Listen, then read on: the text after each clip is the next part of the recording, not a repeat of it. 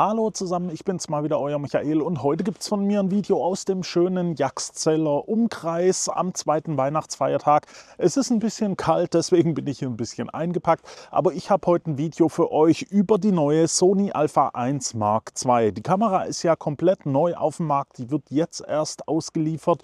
Und ich hatte das Glück, die Kamera wieder von fotoprofi.de zu bekommen, einfach mal für eine längere Zeit für einen Test, zusammen mit dem neuen 28 bis 70 mm f2. Da gibt es auch noch ein extra Video dazu. Jetzt soll es aber erstmal nur über die neue Kamera gehen. Als erstes also nochmal ein großer Dank an fotoprofi.de und die Filiale in Stuttgart, welche das möglich gemacht haben, dass ich die Kamera jetzt mal für eine längere Zeit hatte. So kann ich meine Reviews einfach unabhängig von den Herstellern aufbauen und kann wirklich sagen, was ich will. Und das ist bei der Kamera auch nicht ganz unwichtig. Fangen wir doch direkt einfach mal an, über die Kamera zu reden und vor allem über den Body, was sich da getan hat, vor allem eben zur Mark I, zur ersten Version. Beim Body selber gab es jetzt nicht so die großen Neuerungen gegenüber der auch neuen Alpha 9 Mark III, denn ihr habt hier ziemlich genau dasselbe Gehäuse. Das ist aber nicht schlecht, weil der A9 III Body ist wirklich sehr gut. Der wurde ja an ein paar Ecken so ein kleines bisschen verändert und das Ganze ist aber richtig toll geworden, weil die Kamera liegt einfach sehr gut in der Hand. Das war bei der A9 III schon so und ist auch hier bei der A1 Mark II so. Da kann man sich also wirklich nicht beschweren. Mit dabei habt ihr hier jetzt den neuen Bildschirm, den es auch an der A9 III und an der A7R5 gibt. Und zwar mit dem neuen Mechanismus, wo ihr das Ganze einfach in der Bildachse vom Objektiv, vom Sensor kippen könnt, aber trotzdem auch noch ein Flipscreen habt. So könnt ihr einfach alles nutzen, vor allem eben auch im Hochformat am Boden könnt ihr den Bildschirm so nutzen. Das macht halt wirklich sehr viel Spaß und ist meiner Meinung nach aktuell gerade der beste Bildschirm, den ihr im ganzen Kamerabereich überhaupt bekommen könnt. Also von der Mechanik her gesehen. Auflösungen und so weiter ist auch in Ordnung. Da gibt es, glaube ich, Bildschirme, die jetzt schon ein bisschen mehr auflösen, aber ich hatte hier jetzt nicht das Verlangen, da eine höhere Auflösung oder so zu bekommen. Auch von der Farbwiedergabe und alles ist es schon alles ganz ordentlich. Wenn wir gerade vom Bildschirm reden, ihr habt hier natürlich auch wieder einen sehr hochauflösenden Sucher. Da war es ja bei der Mark I so, dass der in der höheren Bildqualität die FPS, also die angezeigten Bilder pro Sekunde, ein bisschen gedrosselt hat. Und das habt ihr auch immer so ein bisschen gesehen, wenn das umgeschaltet hat. Dieser Sucher soll jetzt auch noch ein bisschen drosseln. Es ist aber so, man merkt es eigentlich nicht mehr. Also man sieht es in den Einstellungen, man kann zum Beispiel nicht die hohe Bildqualität mit dem superflüssigen Bild aktivieren. Da ist also im Hintergrund immer noch so ein bisschen was, das beides, die hohe Qualität und die vielen FPS, 240 FPS soll der jetzt können, lässt sich nicht aktivieren, aber wie gesagt, während der Nutzung merkt man das Ganze nicht und der Sucher ist wirklich sehr gut. Also es macht sehr viel Spaß, damit zu arbeiten und es wird euch sicherlich nicht daran hindern, richtig gute Bilder aufzunehmen. An diesem Body habt ihr natürlich auch hier den C5-Button hier vorne. Bei der A9 III könnt ihr da ja die High-Speed-Aufnahme mit 120 Bildern in der Sekunde aktivieren. Das macht an der A9 III natürlich auch Sinn, denn ihr wollt nicht immer die 120 Bilder nutzen. Hier an der A1 ist das Ganze standardmäßig auch mal so aufgelegt, dass ihr die 30 Bilder pro Sekunde aktiviert.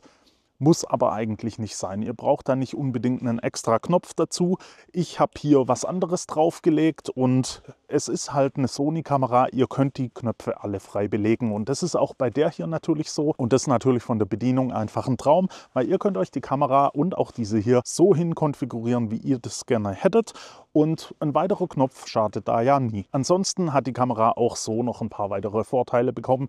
Wenn ihr die Kamera im LAN benutzen wollt, dann habt ihr hier jetzt einen 2,5 Gigabit LAN-Anschluss bekommen. Das ist natürlich mehr so für die Presseleute interessant, aber es schadet ja natürlich nicht. Allgemein ist die Ausstattung von der Kamera bezüglich der Anschlüsse auch mit einem Full-Size HDMI-Anschluss immer noch richtig gut. Und auch diese Klappen hier, die, wenn sie geöffnet sind, einfach nicht hin und her schwingen und so weiter, die sind wirklich eine Wohltat. Es macht da also auch wirklich sehr viel Spaß, die Anschlüsse zu benutzen. Auf der Speicherkartenseite habt ihr hier immer noch die zwei parallel nutzbaren Speicherkartenslots. Habt da also zwei Speicherkartenslots, wo ihr eben entweder eine SD-Karte oder eben eine CF-Express-Karte nutzen könnt. Bei der CF-Express handelt es sich eben leider um die Typ-A-Karten. Die sind ein bisschen teurer, ein bisschen kleiner. Typ B ist da einfach ein bisschen mehr verbreitet und auch günstiger. Aber es bietet sich natürlich hier an, weil ihr das zusammen mit dem SD-Slot nutzen könnt. Überraschenderweise ist zumindest in den Spezifikationen und so noch kein Standard 4.0 angegeben. Der gibt ja einen ganz schön großen Geschwindigkeitssprung nochmal. Hätte der Kamera vielleicht ein bisschen gut getan.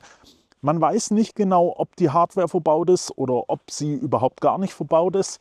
Vielleicht kommt da mal was mit einem Firmware-Update, wer weiß. Aktuell ist es nicht so und es hat die einen oder anderen verwundert, warum die Kamera das jetzt nicht so bringt. Vielleicht liegt es auch einfach daran, dass eben der Body und der Großteil davon schon von der A9 III übernommen wurde. Weiß man nicht genau. Wie gesagt, ihr habt hier noch den alten Standard und somit auch noch die alte, langsamere Geschwindigkeit. Insgesamt macht das Ganze aber trotzdem sehr guten Eindruck. Also die Kamera, gerade mit CF-Express-Karten, schreibt die Daten wirklich sehr schnell weg. Es soll halt einfach nur mal gesackt sein. Und dann kommen wir einfach mal zum Herzstück der Kamera, und zwar dem Bildsensor. Ihr habt hier in der Mark II jetzt immer noch denselben Sensor, der von der Mark I übernommen wurde. Da haben ja einige Leute damit gerechnet, dass vielleicht sowas wie ein Global Shutter oder so reinkommt. Ich denke einfach, die sind noch nicht so weit, einen 50 Megapixel Global Shutter da zu verbauen, und das hätte die Kosten auch in die Höhe getrieben.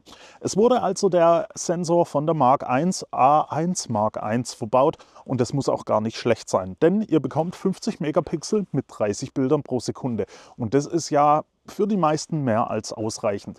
An sich ist der Sensor ja immer noch mit im oberen Top-Level, also er gehört zu den besten, welchen ihr in der Kamera bekommen könnt, und das ist auch hier weiterhin der Fall. Jetzt muss man so ein bisschen bedenken, 30 FPS, das ist natürlich top. Ihr erreicht die 30 FPS aber nur im komprimierten RAW.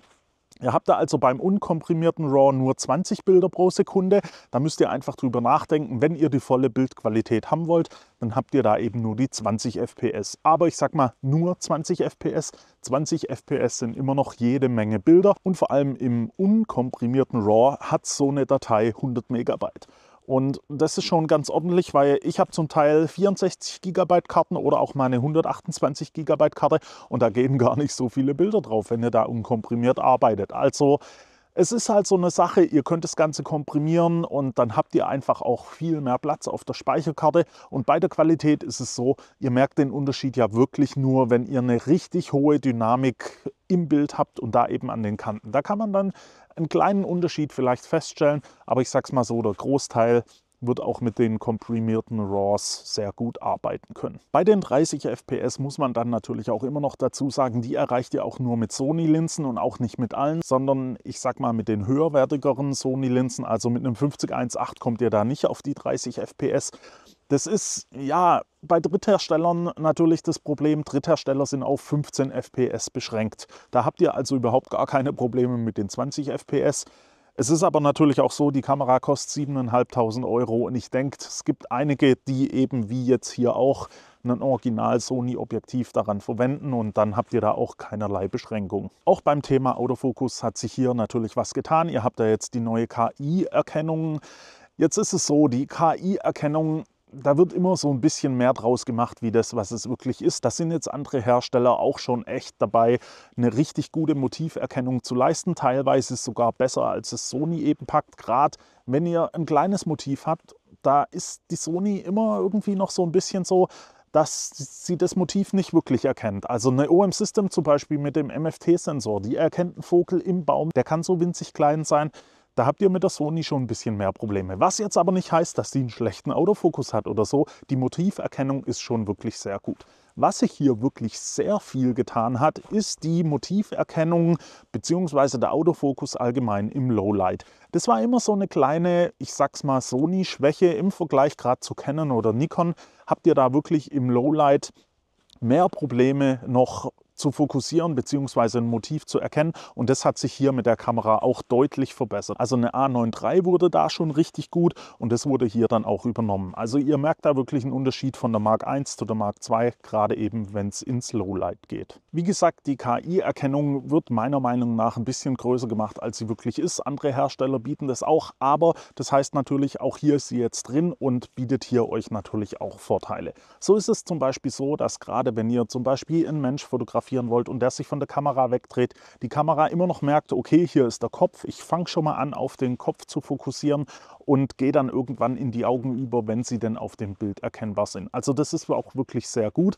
und beim Tracking muss man einfach sagen, das Tracking gehört immer noch mit zu den besten, ja, Autofokus, Tracking, wie nennt man es, Erfahrungen, welche man so haben kann. Also Tracking konnte schon die A1 Mark I, nenne ich sie dann mal, richtig, richtig gut, und das hat sich hier natürlich nicht geändert. Tracking hat die Kamera richtig gut drauf. Beim Autofokus allgemein müsst ihr euch überhaupt gar keine Probleme machen. Also da ist wirklich mit das Beste verbaut, was ihr gerade so haben könnt. Alles in allem sind es also erstmal kleine Sachen, die zum Vorgänger verändert wurden und keine wirklich großen Game Changer, die jetzt in einer Flaggschiff-Kamera wie der A1 eigentlich so verbaut sein sollten.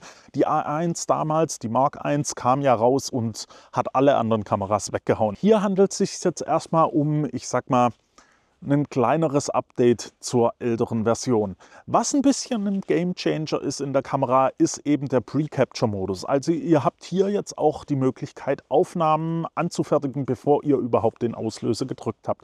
Und das ist natürlich ein Feature, was gerade viele Wildlife-Fotografen und so weiter wirklich gut gebrauchen können. Es ist aber auch so, dass ihr, wenn ihr Kinder fotografiert oder sowas, da einfach einen Vorteil draus ziehen könnt. Und Sony hat hier mal wieder sehr gute Arbeit geleistet, denn ihr könnt das Ganze richtig gut konfigurieren. Ihr könnt das Ganze, glaube ich, von 0,03 Sekunden bis zu 1 Sekunde vor dem Auslösen konfigurieren. Und dann auch noch die Anzahl der Bilder, was da gemacht werden sollen. Und ein weiterer großer Vorteil, ihr könnt euch das Pre-Capture-Feature auf einen Knopf legen. Canon zum Beispiel bietet euch ja auch den Pre-Capture-Modus. Da müsst ihr das Ganze aber über Stand jetzt das Menü aktivieren. Und das macht die Umschaltung natürlich alles ein bisschen schwieriger. Bei Sony legt ihr euch das einfach hier auf den Knopf und könnt den Modus sofort losverwenden. Ihr bleibt da also immer am Ball, wenn ihr gerade irgendwie ein tolles Motiv fotografieren wollt. Wie gesagt, es ist hier wirklich sehr gut konfigurierbar und wirklich sehr gut in die Kamera eingebracht. Und das ist mal ein Gamechanger, wo ich sage, da lohnt sich wirklich die A1 Mark II gegenüber der Mark I, weil die hat das ganze Feature halt eben nicht. Und wie gesagt, man kann es doch öfter mal brauchen. Im Videobereich hat sich eigentlich soweit auch nicht so viel getan. Klar, der Autofokus wurde da auch verbessert. Ihr habt da jetzt auch Augenerkennung und so weiter im Videobereich. Aber ihr habt weiterhin nur 8K mit 30 Bildern. Jetzt sage ich mal so, nur 8K mit 30 Bildern ist ja schon ganz ordentlich. Aber andere Hersteller haben halt nicht gepennt. Die bieten da jetzt schon 8K 60 im RAW. Wäre hier vielleicht auch ganz cool gewesen, aber ich habe auch nachgelesen, dass der Sensor das vielleicht gar nicht kann und das eben das Problem von der Kamera ist und die Kamera es deswegen nicht bekommen hat. Ansonsten bekommt ihr natürlich in den vorhandenen Bildmodis auch weiterhin eine richtig tolle Videoqualität. Das konnte aber die Mark I auch schon sehr gut. Ansonsten hat die Kamera aber immer noch dieses, ich nenne es mal Problem, was auch die anderen Sony-Kameras haben, und zwar im Videobereich 30 Bilder pro Sekunde. Ist sowas, was man sehr gern für YouTube nutzt und so weiter. Das könnt ihr einfach nicht mit dem H265 Codec nutzen. Also wenn ihr den auswählt, dann habt ihr entweder 24 Bilder oder 60 Bilder und nichts dazwischen. Die 30 FPS fehlen irgendwie.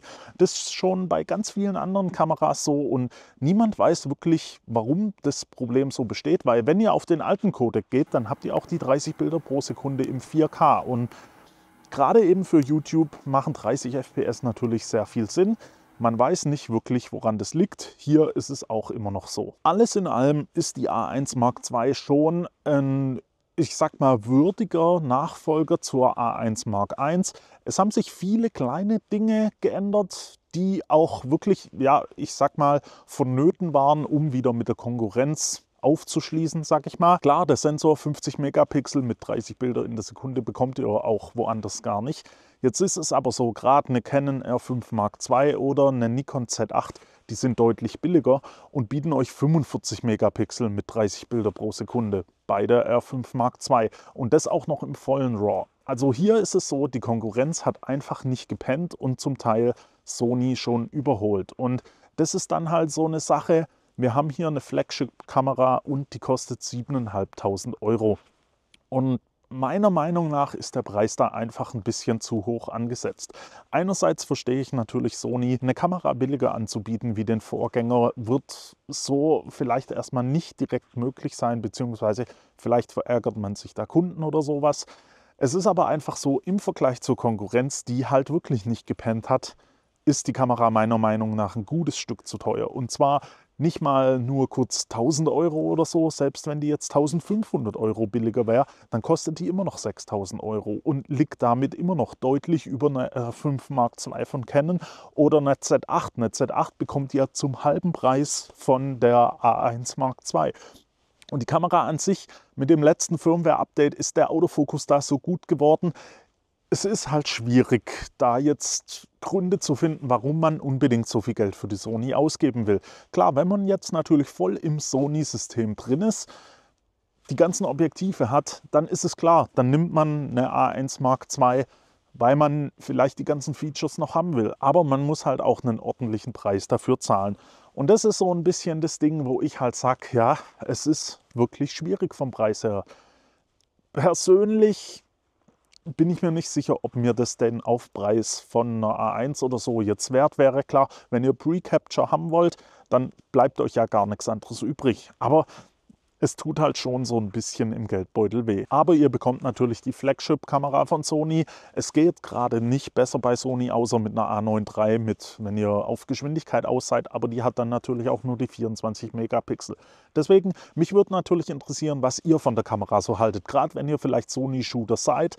Was haltet ihr von der Kamera? Seid ihr enttäuscht oder seid ihr total glücklich damit? Kauft ihr euch die Kamera oder wartet ihr 4 Jahre auf einen Nachfolger, der dann vielleicht mit Global Shutter oder so kommt? Schreibt das Ganze doch einfach mal in die Kommentare. Ich wollte euch das jetzt einfach mal so rüberbringen.